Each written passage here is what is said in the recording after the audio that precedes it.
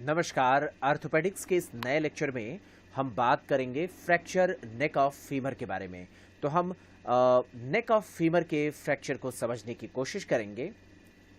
यहाँ पर जब हम फ्रैक्चर साइट्स को देखने की कोशिश करते हैं तो नेक रीजन में फ्रैक्चर होना या फिर उसके नीचे देखें तो इंटरट्रोकेंट्रिक लाइन में फ्रैक्चर होना या फिर सब ट्रोकेंट्रिक फ्रैक्चर का होना हम देख पाएंगे। तो नेक रीजन में फ्रैक्चर हुआ, इंटरट्रोकेंट्रिक लेवल पे फ्रैक्चर हुआ या फिर शाफ्ट रीजन में फ्रैक्चर हुआ। तो नेक में, शाफ्ट में या फिर इंटरट्रोकेंट्रिक फ्रैक्चर जो हुए हैं, इन तीनों ही कैटेगरी को हम वन बाय वन डिस्कस करेंगे। नेक रीजन में भी जो फ्रैक्चर होता है उसको फर्दर हम दो अलग अलग कैटेगरी में डिवाइड करते हैं। क्या वो एक्स्ट्रा कैप्सुलर है या फिर इंट्रा कैप्सुलर है, दो अलग अलग कैटेगरीज होंगी। इसमें हम देख सकेंगे इंट्रा कैप्सुलर फ्रैक्चर को। आप देखें तो फीमर में कई अलग अलग लेवल पर फ्रैक्चर होते हैं। ये है intra capsular fracture. Joint capsule के भीतर अगर फ्रैक्चर हुआ है तो उसे इंट्रा कैप्सुलर फ्रैक्चर कहते हैं। इंट्रा कैप्सुलर से अलग देखें, ये इमेज बहुत क्लियर नहीं है, लेकिन फिर भी पिछला जो इमेज था वो ये था इंट्रा कैप्सुलर का। एक्स्ट्रा कैप्सुलर को आप यहां पर देख सकते हैं। ट्रोकेंट्रिक फ्रैक्चर हो या फिर सब ट्रोकेंट्रिक फ्रैक्चर, ये दोनों ही एक्स्ट्रा कैप्सुलर रीजन में होगा, इसलिए इसे एक्स्ट्रा कैप्सुलर फ्रैक्चर कहते हैं। ओवरऑल इस इमेज में हम देख पाएंगे उन सारे कंडीशंस को थोड़ा सा ज्यादा बेहतर तरीके से। आप देखें, इंट्रा कैप्सुलर या ट्रांस सर्वाइकल अगर कहीं लिखा हुआ हो फ्रैक्चर है तो वो इस रीजन में फ्रैक्चर होगा। इसके बाद आप देखिए, ये ग्रेटर ट्रोकेंटर और लेसर ट्रोकेंटर को मिलाती हुई जो लाइन होंगी वो इंटर ट्रोकेंट्रिक लाइन पर अगर कोई फ्रैक्चर है तो वो इस रीजन में होगा। जबकि थोड़ा सा और नीचे आए तो सब ट्रोकेंट्रिक फ्रैक्चर होते हैं। अब इंट्रा कैप्सुलर, एक्स्ट्रा कैप्सुलर आप समझ सकते हैं, तो चलिए समझने की कोशिश करते हैं fracture of neck of femur के बारे में। तो शाफ्ट के रीजन में हम नहीं जाएंगे, अभी हम नेक को ही ध्यान में रखेंगे। तो इसका दूसरा नाम क्या होता है? अनरिजॉल्व्ड फ्रैक्चर भी इसे कहते हैं। अनरिजॉल्व्ड फ्रैक्चर ऑफ फीमर भी कहा जाता है। इसके दोनों ही टाइप्स बेहद इंपॉर्टेंट है, हमें पता होना चाहिए। एक्स्ट्रा कैप्सुलर किसे कहेंगे, इंट्रा कैप्सुलर किसे कहेंगे? तो एक्स्ट्रा कैप्सुलर के लिए हमें याद रखना है कि ये एक्स्ट्रा एज ग्रुप को इन्वॉल्व करने वाली फ्रैक्चर है। जबकि अगर इंट्रा कैप्सुलर है तो कैप्सूल के भीतर ही फ्रैक्चर होगा। तो दो पर्टिकुलर जोन हमें पता होना चाहिए, कैप्सूल में फ्रैक्चर है या फिर इंटर ट्रोकेंट्रिक लाइन में फ्रैक्चर है, जो कि मैंने आपको दिखाया भी था। ग्रेटर ट्रोकेंटर और लेसर ट्रोकेंटर को मिलाती हुई लाइन पर कोई फ्रैक्चर है, उसको भी हमें ध्यान में रखना होगा। जोन कौन सा है, कैप्सुलर है यानी कैप्सूल के भीतर है या बाहर है, ये बड़ा ही इंपॉर्टेंट है। अब एक्स्ट्रा कैप्सुलर में सारी चीजें आपको एक्स्ट्रा मिलेंगी। ट्रोकेंट्रिक फ्रैक्चर इसे कहते हैं या फिर इंटर ट्रोकेंट्रिक फ्रैक्चर भी हम इसे कहते हैं। जो ग्रेटर ट्रोकेंटर और लेसर ट्रोकेंटर को मिलाती हुई लाइन है वहां पर फ्रैक्चर होता है। सब कुछ एक्स्ट्रा ट्रोकेंट्रिक में सब कुछ एक्स्ट्रा होता है। एक्स्ट्रा एज ग्रुप यानी बड़ी उम्र के लोगों में होते हुए देखा गया है, और ये मोस्ट कॉमन फ्रैक्चर होता है। ओवरऑल मोस्ट कॉमन फ्रैक्चर जो है वो एक्स्ट्रा कैप्सुलर ही होता है। तो एक्स्ट्रा कैप्सुलर में और क्या क्या एक्स्ट्रा हो सकता है उसको भी समझ लें। एक्स्ट्रा कैप्सुलर में ग्रेटर ट्रोकेंटर और लेसर ट्रोकेंटर को मिलाने वाली लाइन के आसपास फ्रैक्चर होता है। यहां पर समझना होगा, थ्री बिग मसल्स जो कि ग्लूटियल मसल्स हैं वो ग्रेटर ट्रोकेंटर पर जाकर के अटैच्ड होती हैं। ग्लूटियल जो मसल्स हैं वो एक ग्रेटर ट्रोकेंटर पर जाकर के अटैच्ड होती हैं, और अगर फ्रैक्चर होगा तो क्या होगा उसको यहां से सोचने की जरूरत है। आप देखें यहां पर कैसे क्या कंडीशन होगी। यहां हम उन सारी कंडीशन को एक बार इमेजिन कर सकते हैं क्या होगा एक्स्ट्रा कैप्सुलर फ्रैक्चर के दौरान। तो आप देखें, ये ग्रेटर ट्रोकेंटर से थ्री मसल्स अटैच्ड हैं। जब ये खींचेंगी, आप समझ सकते हैं यहां पर फ्रैक्चर हुआ है। फ्रैक्चर होने का तीन अलग अलग तरीका है, ट्रोकेंट्रिक, ट्रांस ट्रोकेंट्रिक।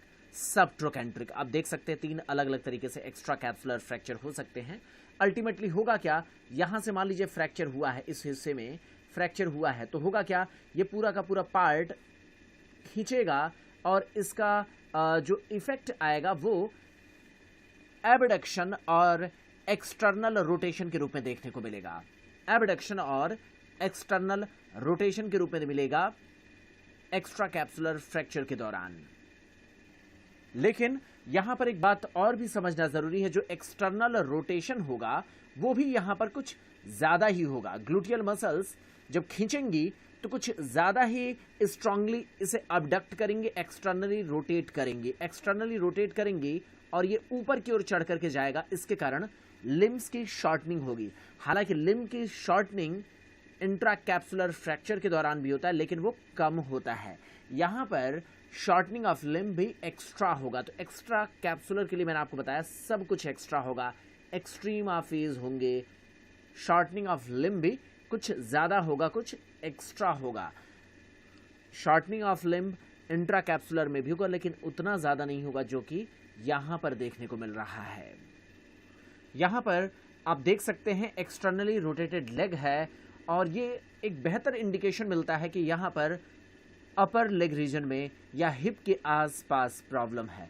अगर लिम्ब की शॉर्टनिंग है, एक्सटर्नली रोटेटेड है, तो आप कह सकते हैं कि ये एक्स्ट्रा कैप्सुलर फ्रैक्चर हो सकता है। यहां पर इस इमेज में आप देख पा रहे हैं लिम्ब शॉर्टन हो गई है और एक्सटर्नली रोटेटेड है। यानी ये कौन सी कंडीशन है जिसके बारे में हम बात कर रहे हैं, एक्स्ट्रा कैप्सुलर फ्रैक्चर हो सकता है। अब यहां हमने देखा, एक और इमेज में देखें, शाफ्ट ऑफ फीमर में अगर फ्रैक्चर होता है तो एक्सटर्नल रोटेशन तो होगा, लेकिन लिम्ब की उतनी शॉर्टनिंग नहीं होगी। लिम्ब्स की लेंथ लगभग बराबर बनी रहती है, जबकि यहां पर आप देख रहे हैं लिम्ब की शॉर्टनिंग हुई है। ऐसा हुआ क्यों? क्योंकि ग्लूटियल जो मसल्स हैं उन्होंने जब खींचा तो ये पूरा का पूरा जो पार्ट है, जो नेक ऑफ फीमर पर जो फ्रैक्चर हुआ उसके बाद जो ये पार्ट्स हैं ये ऊपर की ओर खिंच गए हैं, एक्सटर्नली रोटेट हुए हैं। इस वजह से लिम्ब्स की लेंथ कम हो गई है। इस दौरान लेसर ट्रोकेंटर एक्सरे पर विजिबल होता है। आप क्यों देखेंगे ये विजिबल क्यों होगा? क्योंकि ये आसानी से आपको दिखेगा, क्योंकि ये एक्सटर्नली रोटेट होते हैं तो ये आसानी से दिख जाते हैं। ऐसा इंट्राकैप्सुलर में नहीं देखने को मिलेगा। इससे अपोजिट घटना हमें इंट्राकैप्सुलर में देखने को मिलेगा। तो ये बेसिक इंफॉर्मेशन हमारे पास होनी चाहिए। एक्स्ट्रा कैप्सुलर में सब कुछ एक्स्ट्रा। कौन सा? एक्सट्रीम एज ग्रुप 70 ईयर्स से ज्यादा होगा। इंट्राकैप्सुलर फ्रैक्चर ये middle age group 40 to 60 years के आसपास के एज के लोगों में आमतौर पर देखने को मिलता है। कॉमन फ्रैक्चर जो कि शॉर्टनिंग के साथ प्रेजेंट करेगा, ये दोनों ही हो सकते हैं, लेकिन एक्स्ट्रा शॉर्टनिंग होगा एक्स्ट्रा कैप्सुलर में। इसी तरीके से हम यहां पर देखेंगे शॉर्टनिंग क्यों हुआ? एक्सटर्नल रोटेशन की वजह से ये हुआ है और एक्स्ट्रा शॉर्टनिंग होगा। एक्स्ट्रा कैप्सुलर फ्रैक्चर्स में हम एक्स्ट्रा चांसेस ऑफ यूनियन भी देखते हैं। जैसे इस बात का मतलब आप समझ लें, आमतौर पर इंट्राकैप्सुलर में वैस्कुलरिटी लो होने की वजह से उनमें हीलिंग के चांसेस कम होते हैं कंपैरेटिवली एक्स्ट्रा कैप्सुलर की तुलना में। एक्स्ट्रा कैप्सुलर में थोड़ा सा ज्यादा चांस होता है यूनियन का। तो चलिए थोड़ा सा देख लेते हैं इन सारी चीजों को कि दोनों के बीच का जो डिफरेंस हम लोगों ने पढ़ा है वो क्या है। एक्स्ट्रा कैप्सुलर में इंटरट्रोकेंट्रिक और सब ट्रोकेंट्रिक फ्रैक्चर, इंटरट्रोकेंट्रिक या ट्रोकेंट्रिक कहेंगे तो भी ठीक है, ट्रोकेंट्रिक केवल कहें तो भी ठीक है, या इंटरट्रोकेंट्रिक और सब ट्रोकेंट्रिक ये फ्रैक्चर होते हैं। इस दौरान बहुत अच्छी ब्लड सप्लाई होने की वजह से एक्स्ट्रा चांसेस होते हैं इसमें हील होने की, जबकि यहाँ कैंसलस बोन कम होता है इंट्राकैप्सुलर में, जो कि फ्यूमोरल नेक या फिर फ्यूमोरल हेड को इन्वॉल्व करता है। रिलेटिवली पुअर ब्लड सप्लाई होती है, इसलिए यहाँ हीलिंग के चांसेस कम होते हैं। ए वैस्कुलर नेक्रोसिस, नॉन यूनियन, मैल यूनियन के साथ ये या डिजेनरेटिव चेंजेस के साथ प्रेजेंट करेंगे। तो इससे तुलना करें एक्स्ट्रा कैप्सुलर की, तो वहाँ ब्लड सप्लाई अच्छी है, large amount of cancellous bone है, इस वजह से ये अच्छी तरीके से हील करेगा। हालांकि सबट्रोकेंट्रिक फ्रैक्चर में high rate of impact device failure भी देखा गया है। ये इम्पैक्ट डिवाइस फेल्योर क्या होता है, इसके बारे में आगे हम चर्चा करेंगे। यहाँ पर कॉम्प्लिकेशंस भी अगर एक्स्ट्रा कैप्सुलर का होगा तो ये मैल यूनियन का हो सकता है, जबकि इंट्रा कैप्सुलर में नॉन यूनियन का होता है। नॉन यूनियन क्यों?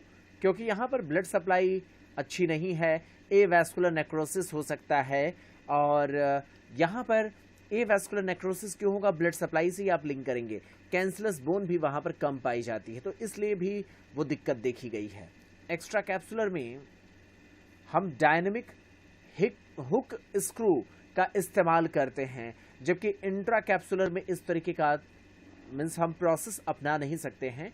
इंट्रा कैप्सुलर में ये तरीके ज़्यादा यूज़फुल नहीं होते हैं। क्यों?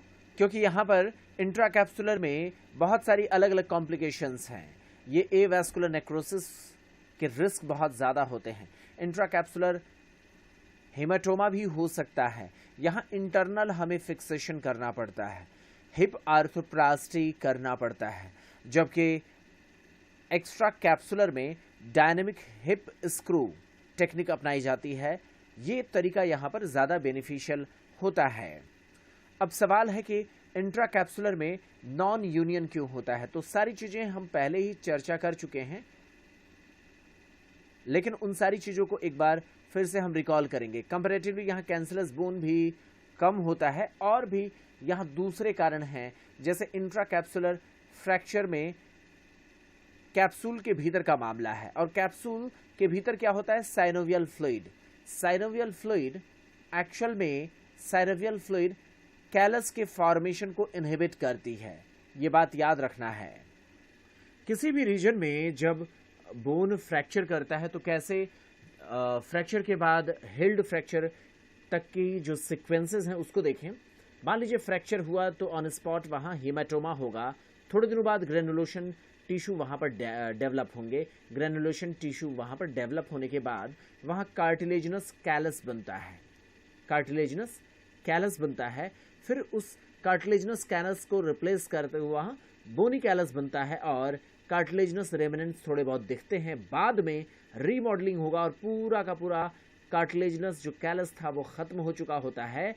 बोनी टिश्यू यहाँ पर फिर से ओरिजिनल कंडीशन के साथ प्रेजेंट कर जाती है। थोड़े दिनों बाद रीमॉडलिंग अगर होता रहा तो ये जो हिल्ड फ्रैक्चर होता है वो नॉर्मल बोन के जैसा ही प्रेजेंट कर जाता है। तो यहाँ पर कैलस का फॉर्मेशन होने की वजह से ये पूरी की पूरी हीलिंग हुई है। एक्चुअल में साइनोवियल फ्लूइड हीलिंग की प्रोसेस में दिक्कत इसलिए करते हैं क्योंकि वो कैलस के फॉर्मेशन को होने नहीं देते, जिसके कारण यहाँ इंट्राकैप्सुलर फ्रैक्चर आसानी से जल्दी से हील नहीं होता है। ये इसके अलावा यहाँ पर कैम्बियम लेयर्स की अब्सेंस भी पेरियोस्टियम में देखी जाती है। इसके अलावा यहाँ पर पुअर ब्लड सप्लाई भी होती है, इसको हम लोगों ने पहले ही चर्चा कर लिया है। यही वजह है कि इंट्राकैप्सुलर फ्रैक्चर्स नॉन यूनियन के साथ प्रेजेंट करते हैं। अब सवाल ये उठता है कि इसमें ब्लड सप्लाई कैसे होती है और यहाँ नॉन यूनियन क्यों होता है, ब्लड सप्लाई पुअर कैसे होती है। तो यहाँ प्रोफंडा फेमोरिस आर्टरी की ब्लड सप्लाई पहुँचती है। यहाँ पर हम देख सकते हैं प्रोफंडा फेमोरिस आर्टरी की पोजीशन को, और यहाँ हम लैटरल फीमोरल सर्कमफ्लेक्स और मीडियल फीमोरल सर्कमफ्लेक्स इसके ब्रांचेस को हम देख सकते हैं। फीमोरल आर्टरी की ये जो ब्रांच है प्रोफंडा फेमोरिस, उसका आप देखिए लैटरल फीमोरल सर्कमफ्लेक्स और मीडियल फीमोरल सर्कमफ्लेक्स। यहाँ पर उसी चीज़ को हम एक बार फिर से देख सकते हैं, लैटरल सर्कमफ्लेक्स फीमोरल आर्टरी, जिसका नाम कई जगहों पर थोड़ा बहुत चेंज होता रहता है, तो उससे घबराना नहीं है। लैटरल फीमोरल सर्कमफ्लेक्स कहिए या फिर आप इसे लैटरल के बाद फीमोरल लाइए या फिर लैटरल के बाद सर्कमफ्लेक्स फीमोरल आर्टरी कहिए, ये दोनों ही चीज़ें आप कह सकते हैं, इंटरचेंज कर सकते हैं आगे पीछे। लेकिन सही तथ्य यही है कि लैटरल सर्कमफ्लेक्स फीमोरल आर्टरी और मीडियल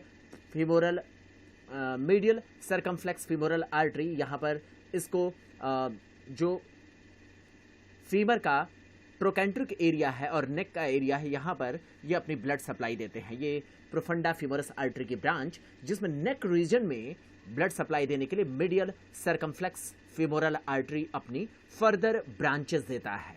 ये छोटी ब्रांच होती है प्रोफंडा फीमोरस आर्टरी की और ये नेक रीजन में अपनी ब्लड सप्लाई देता है।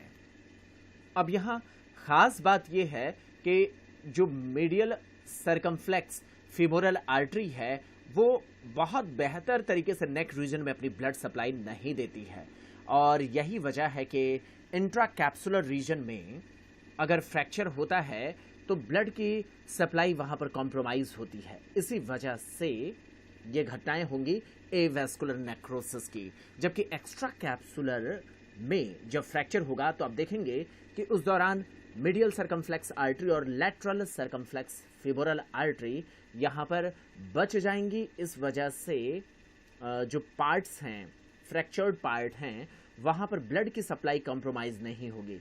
आप इंट्राकैप्सुलर में देखें ब्लड की सप्लाई कॉम्प्रोमाइज़ हो रही है, जबकि एक्स्ट्रा कैप्सुलर में यह कॉम्प्रोमाइज़ नहीं होती है।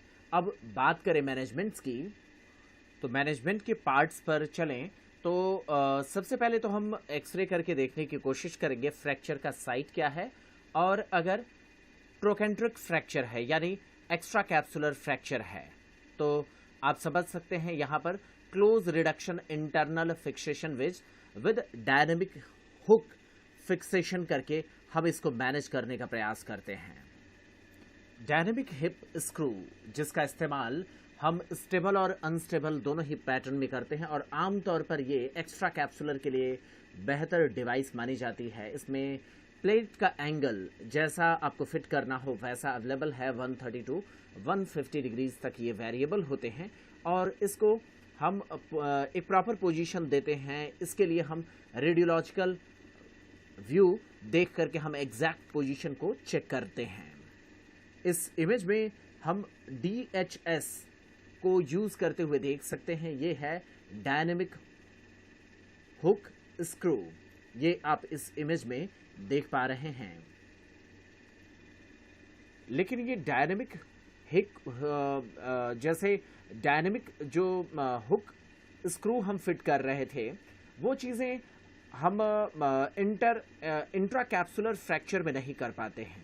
यहाँ पर अगर ट्रोकेंट्रिक फ्रैक्चर नहीं है तो फिर नॉन यूनियन का दिक्कत होता है, वहाँ पर यूनियन बेहतर तरीके से नहीं होगा क्योंकि इंट्राकैप्सुलर फ्रैक्चर होता है। अब यहाँ पर पेशेंट का एज हम पूछ करके भी हम पता कर सकते हैं कि कौन सा मामला है। जैसे मान लीजिए ये पता चल गया कि इंट्राकैप्सुलर फ्रैक्चर हुआ है, तो ऐसे मामलों को हम कैसे मैनेज करेंगे? हेमी आर्थ्रोप्लास्टी कर सकते हैं। 60 ईयर्स से ज़्यादा एज का अगर पेशेंट है, वो हमारे पास आए हैं इंट्राकैप्सुलर फ्रैक्चर के साथ, तो हम हेमी आर्थ्रोप्लास्टी सजेस्ट कर सकते हैं। हेमी आर्थ्रोप्लास्टी यानी इसमें हम टोटल हिप रिप्लेसमेंट नहीं करेंगे। आप देखिए यहाँ पर हमने प्रोस्थेसिस का यूज़ किया है, ये देखें आप, और इसको हेमी आर्थ्रोप्लास्टी को टोटल हिप रिप्लेसमेंट से कंपैरिजन कर लें तो आप देखेंगे फीमोरल हेड तो हमने चेंज किया लेकिन एस्टाबुलम हमने नेचुरल रखा, यानी आधा काम हमने आर्टिफिशियल और आधा काम नेचुरल जब हम रखते हैं तो इसे हेमी आर्थ्रोप्लास्टी कहते हैं। इस इमेज में आप देखिए जो फीमोरल हेड जो बॉल है ये आर्टिफिशियली हमने लगाया, प्रोस्थेसिस का है पार्ट, जबकि एस्टेबुलर पार्ट अभी भी नेचुरल है। लेकिन अगर दोनों ही चीज़ें आर्टिफिशियल हों, जैसा कि आप इसमें देख पा रहे हैं, टोटल हिप रिप्लेसमेंट में ये एस्टेबुलर कंपोनेंट्स भी हमने आर्टिफिशियली लिया है, तो ये टोटल हिप रिप्लेसमेंट की कंडीशन है। तो स्पष्ट है कि अगर इंट्राकैप्सुलर फ्रैक्चर हुआ है, एवेस्कुलर नेक्रोसिस के चांसेस हैं, तो हम हेमी आर्थ्रोप्लास्टी करेंगे। लेकिन एज का भी ध्यान रखना है, 60 ईयर से ज़्यादा उम्र के लोगों में ही हम हेमी आर्थ्रोप्लास्टी करेंगे इंट्राकैप्सुलर फ्रैक्चर में। अब सवाल ये उठता है कि हेमी आर्थ्रोप्लास्टी 60 ईयर से ज़्यादा होने पर ही क्यों करेंगे? 60 ईयर से कम उम्र के लोगों में हम हेमी आर्थ्रोप्लास्टी क्यों नहीं कर सकते? अगर ए वैस्कुलर नेक्रोसिस होने का डर है तो हम यहाँ पर 60 ईयर से पहले क्यों नहीं कर सकते? तो याद रखना होगा कि हेमी आर्थ्रोप्लास्टी जो की जाती है इसमें प्रोस्थेसिस जो डिवाइस होता है इसकी अपनी एक एज होती है 15 to 20 ईयर्स। अगर यंग एज में कर देंगे तो 15 to 20 ईयर्स के बाद ये ख़राब हो जाएगा और उसके बाद फिर से दोबारा हमें सर्जरी करनी पड़ेगी जो ज़्यादा मुश्किल हो सकती है। इसीलिए यंग एज के लोगों में हम हेमी आर्थ्रोप्लास्टी और प्रोस्थेसिस यहाँ पर अप्लाई नहीं करते हैं। इसे मोर देन 60 ईयर्स के पेशेंट्स में ही हम अप्लाई करते हैं। तो सवाल ये उठता है कि यंग एज में क्या करेंगे? यंग एज के लोगों के लिए फिर हम क्या कर सकते हैं? तो वहाँ पर हम दूसरे तरीके अपनाएंगे, क्योंकि यहाँ पर हम 60 ईयर्स से ज़्यादा उम्र के लोगों में ही इसे अप्लाई कर सकते हैं, क्योंकि एवरेज एज 80 ईयर्स तक होती है। तो उस समय जो प्रोसेसेस जो हमने डिवाइस अप्लाई किया है वो 15 to 20 ईयर्स तक ही चलता है। यहाँ पर हम एस्टैबुलम को रिप्लेस नहीं किए हैं, इसलिए हेमी आर्थ्रोप्लास्टी कहे हैं। नेचुरल एस्टैबुलम होगा। तरीका हमने जो अपनाया है उसको इमेज के माध्यम से भी समझा है, उसको याद रखना बेहद ज़रूरी है। अब यंग पेशेंट है तो हेमी आर्थ्रोसिस नहीं कर सकते, क्योंकि डिवाइस जो है उसकी लाइफ 15 to 20 ईयर्स है। तो हम गुड ऑप्शंस के रूप में, अच्छे ऑप्शंस के रूप में हम क्या सोच सकते हैं? 60 ईयर्स के से कम एज के लोगों में, यानी 60 ईयर्स से कम उम्र का अगर कोई पर्सन है इस तरीके से फ्रैक्चर्ड है तो उसमें हम क्या कर सकते हैं? तो हम CRIF close reduction internal fixation, जिसमें हम मल्टीपल स्क्रू का इस्तेमाल करके उस जो फ्रैक्चर साइट है उसको हम रिड्यूस करने का प्रयास करेंगे। तो इस पॉइंट को रिकॉल रखना है। Close reduction internal fixation multiple screw, इस पे इस्तेमाल करके हम कोशिश करेंगे। लेकिन समस्या फिर वही है, इसमें रिस्क होता है ए वैस्कुलर नेक्रोसिस का। यहाँ पर कॉम्प्लिकेशन ज़्यादा है। मल्टीपल स्क्रू इस्तेमाल तो कर दिए गए, लेकिन नॉन यूनियन और ए वैस्कुलर नेक्रोसिस के चांसेस यहाँ पर होते हैं।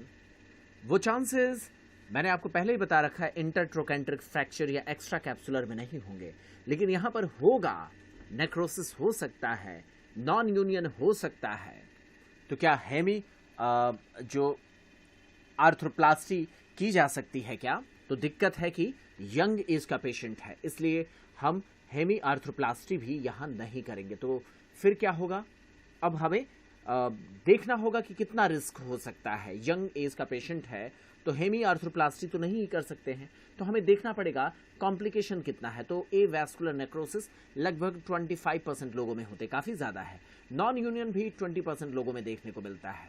तो अगर ओवरऑल ए वैस्कुलर नेक्रोसिस को छोड़ दिया जाए, नॉन यूनियन को भी हम मैनेज कर लें, तो 75% लोगों को तो किसी न किसी तरीके से हम हील कर सकते हैं। इसीलिए हम यहाँ पर अप्लाई करेंगे यंग एज में close reduction internal fixation with multiple screw.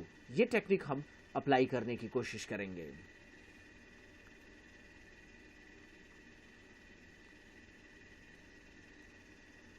तो यहां पर हम नॉन यूनियन को मैनेज कर सकते हैं फिबुलर बोन की ग्राफ्टिंग करा करके। यहां नॉन यूनियन की जो प्रॉब्लम है उसको हम स्पीड अप कर सकते हैं, यूनाइट कर सकते हैं फिबुलर बोन की ग्राफ्टिंग से। ये काम कैसे करेंगे इसको इस इमेज में हम स्टेप वाइज चलते हुए देख सकते हैं। जैसे हमने क्या किया, टनल एक बना दिया फिबुला बोन के ग्राफ्ट को प्लेस करने के लिए। क्यों? क्योंकि यहाँ पर एवैस्कुलर नेक्रोसिस का चांसेस हो सकता है। सेकंड हमने क्या किया, वहाँ टनल बना दिया फिबुलर बोन ग्राफ्ट को जोड़ने के लिए। इसके बाद हम फिबुला का वह पार्ट ग्राफ्ट के रूप में यूज करेंगे। तो आप देखिए ये fibula bone with its vessels, इसका ग्राफ्ट हमने निकाला और इसे ले जाकर के उस जगह पर प्लेस कर दिया जहां पर हमने टनल बनाया था। तो हिप ब्लड वेसल्स जो कि फिबुलर बोन को अटैच कर देने से अब वहां पर यहाँ पर ब्लड की सप्लाई होगी, तो हीलिंग भी बेहतर तरीके से हो सकता है।